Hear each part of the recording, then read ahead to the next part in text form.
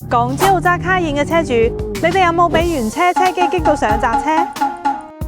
？18到23款嘅卡宴原廠 PCM 車機真係有好多車主同我哋訴苦，操作反人類，導航難用，分屏設計唔合理，跨境通勤、商務接待，一家大細出去玩嘅時候真係俾佢激死。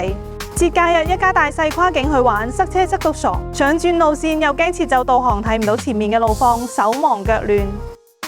副駕想切歌，一操作就打斷導航，揸車嘅人完全睇唔到路線，真係越用越火滾。商務接待趕時間，導航行到一半，客戶一個信息彈過嚟，一睇信息就錯過路口，遲到又尷尬。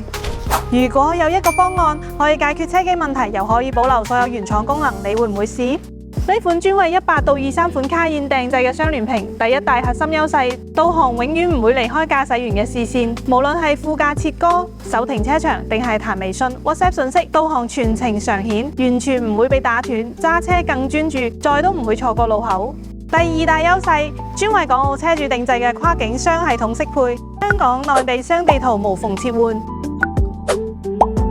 再都唔使手機同車機來回切，跨境出行直接一步到位。第三大優勢，家庭、商務雙場景適配。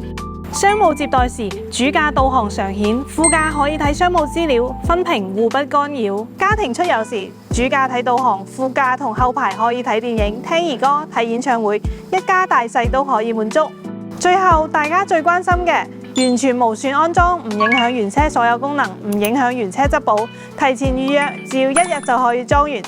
從原車機嘅卡頓難用，導航頻繁中斷，到雙聯屏嘅絲滑高效，導航永不離線，唔使換車就可以體驗到新款卡宴嘅車機質感。港珠澳3地波子車主，你部車機有冇卡頓導航難用嘅問題？私信車機，我發詳細方案俾你。關注捷運行，持續分享更多保時捷改裝乾貨。有任何車輛問題，歡迎諮詢我哋。